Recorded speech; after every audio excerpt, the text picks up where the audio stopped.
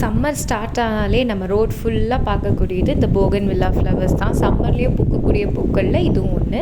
நம்ம சின்ன வயசில் வந்து பேப்பர் பூ இந்த கலர் அந்த கலர்னு எடுத்து வச்சதெல்லாம் இப்போ தான் ஞாபகம் வருது.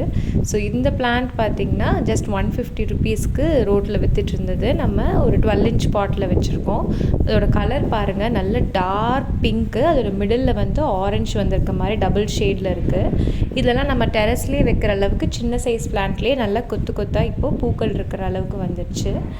இந்த பிளான்ட்டுக்கு வந்து நமக்கு ஃபுல் சன்லைட் தேவைப்படும். எவ்வளோ சன்லைட் இருக்கோ அந்தளவுக்கு பூக்கள் நிறையா இருக்கும். மண் கலவைன்னு பார்த்திங்கன்னா நம்ம சாதாரணமாக செம்மண், கொக்கோபீட், அதுக்கப்புறம் வேர்மி கம்போஸ்ட் இதெல்லாம் சேர்த்து தான் வச்சுருக்கோம். ஸோ பார்ப்போம், மே மந்தெல்லாம் ஆகும்போது இந்த ஃபுல் பாட்டுமே வந்து பிங்க் கலராக மாறது கூட சான்சஸ் இருக்குது. அந்தளவுக்கு நல்லா கொத்து கொத்தாக பூக்கக்கூடிய வெரைட்டி. ரொம்ப அழகாக இருக்குது பார்க்குறதுக்கே.